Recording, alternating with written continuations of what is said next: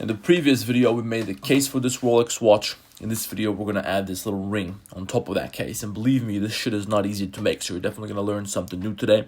If you haven't already, make sure you subscribe to the channel so you can see when the next episode comes out. Now let's get started.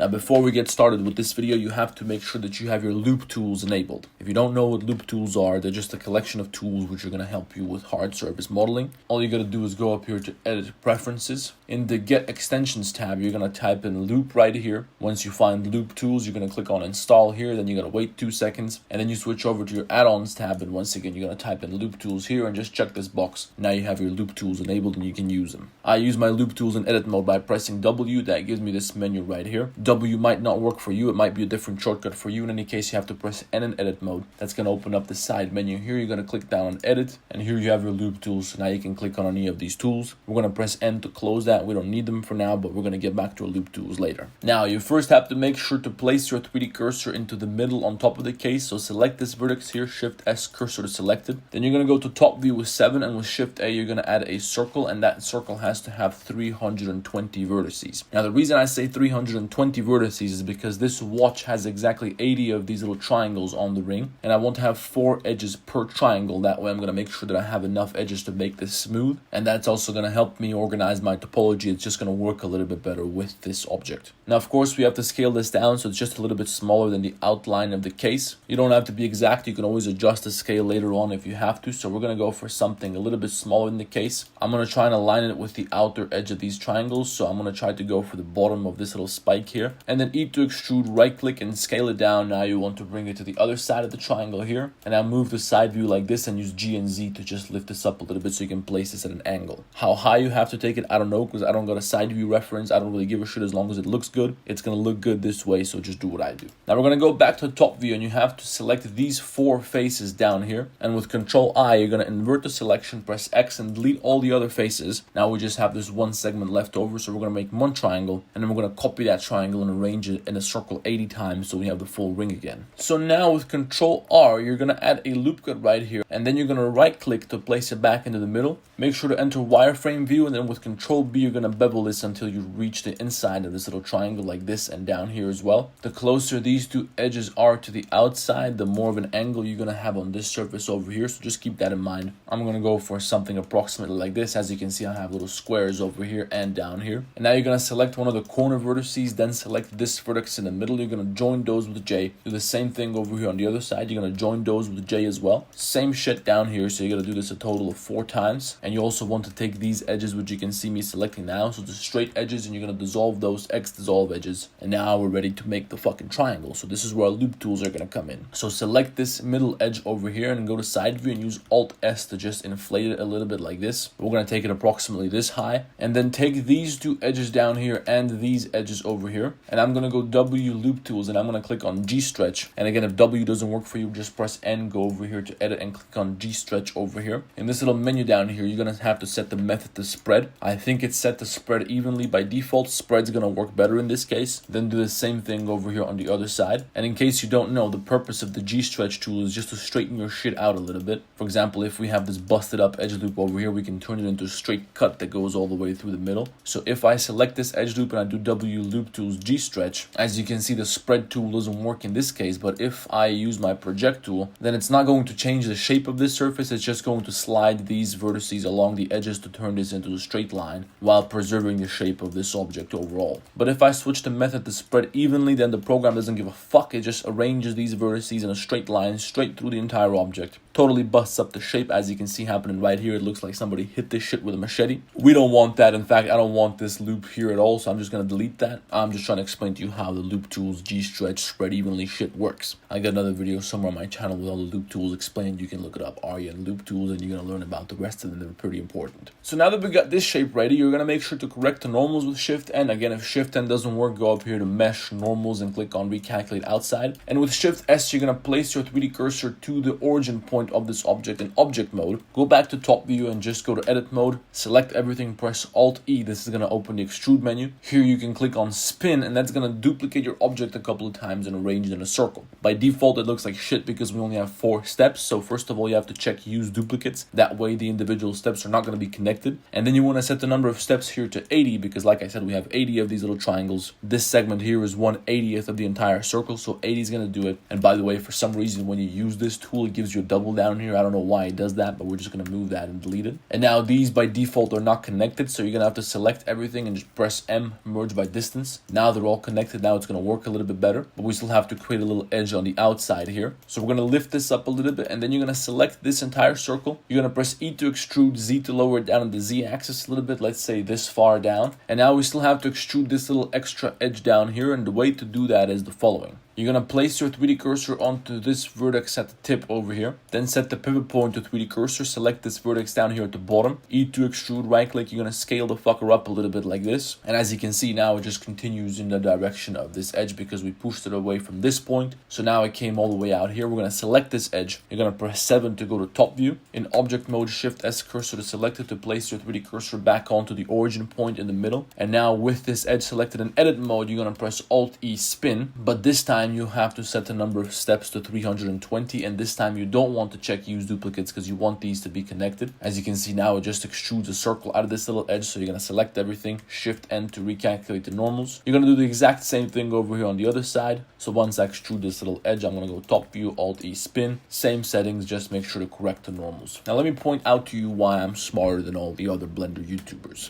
except maybe Thomas Cullen when it comes to topology. The method that we use here is a method that nobody else would ever think to use for this. Most people will try to create these little triangles using 80 vertices because this object has 80 of these little triangles, so you're going to use a circle with 80 edges, right? And then maybe they would try to inset these individually with I. That wouldn't work out, so they would probably end up doing something kind of similar to what I did here. But the main point is that they would use a circle which has only 80 edges, and then as a result, each of these little triangles would have only one edge to them. This here is a loop cut made on a straight edge, so whether or not you have this vertex down here, it doesn't make any difference. You can just get rid of it. And then if you turn this shit into a circle and you use Alt E spin, this time you use only 80 steps, you can see that because of the size of this edge down here and because of the lack of extra vertices, this face here is completely flat. So if you extrude this out, now you just got a circle which has 80 vertices. And of course 80 vertices is nowhere near enough the number of vertices you need for this circle, because if you want to do close-up shots, you're going to see some jagged edges. It's going to look a little bit busted up. It's not going to look very smooth. Of course, you can use a subdivision surface modifier, but good luck getting into the business of trying to straighten this shit out with some edges and sharpen the other edges and all that. It's just going to be a colossal headache. Trust me, I've tried. And because of the way that the geometry here is arranged, you're never going to get a perfect shape. It's never going to be very realistic. But if you use my method that I just showed you here, you don't even have to touch a subdivision surface modifier. You already had 320 edges to begin with. And this is a perfect circle, so this object looks like we just have these little triangles carved out of a cylinder or something. You can see that by observing the individual faces and little angles between them on the side of the shape over here. Now, of course, we want to make these edges look a little bit nicer, so we're going to go up here to Object Shade Smooth. When you do this, your object looks atrocious, so what we're going to do is select a couple of these edges over here with Alt right click, Shift Alt right click to select this, and then just add these two edges, one from the top and one from the bottom of one of the hills. Shift G, select similar face angles. That's going to select all the other edges on the rest of the circle that we need. And now we're going to press Control B to bevel this, and we're going to hold down Shift because we only need a very small bevel here. You're going to make this bevel here approximately this large. Make sure that this bevel has 4 segments and a shape value of 0.5, and also make sure to change the miter outer from sharp to arc. Now this is almost good, but it's still not perfect because now you still have to add a supporting edge around these bevels. So we're going to press I to inset, but then we're going to press O for outset. That's going to create an outline around all the selected edges, so the bevels in this case. You just want to make a little outline, something like this. And as you can see now, this is absolutely fucking perfect. Now if you want to, you can take the outer edges, extrude them downwards a little bit like this. Select these 2 edges, you're going to bevel those as well. This bevel has to have a shape value of 1 and only 2 segments. And now we don't need a subdivision surface modifier, we don't need nothing else. The ring for our beautiful Rolex is now ready. So we're going to cut this episode here because I understand this was probably a lot of information, especially if you're a beginner. But make sure that you do this correctly. If you learn how to do this, you're going to be ahead of 99% of people. This is the type of shit where everybody likes to cut corners. Nobody wants to get down to topology. Nobody wants to get down to the difficult, precise techniques. But if you do this, you're going to be top 1%. Everyone's going to look at you. They're going to think you're a magician. They're going to give you some respect. Someone told me that if you're good at 3D modeling, that makes you an intelligent person. So this is probably a good way to exercise your brain and make sure you're not a dumbass. Anyway, let me know in the comments if you managed to keep up, or if you got stuck somewhere. I'll answer your question. Maybe somebody else is going to answer your question. If you need some more help, or if you want to talk to me, or if you want to learn more about Blender in general, you can check out my Blender school. There's a link in the description. Now, like the damn video, subscribe to the channel. I'll see you in the next one.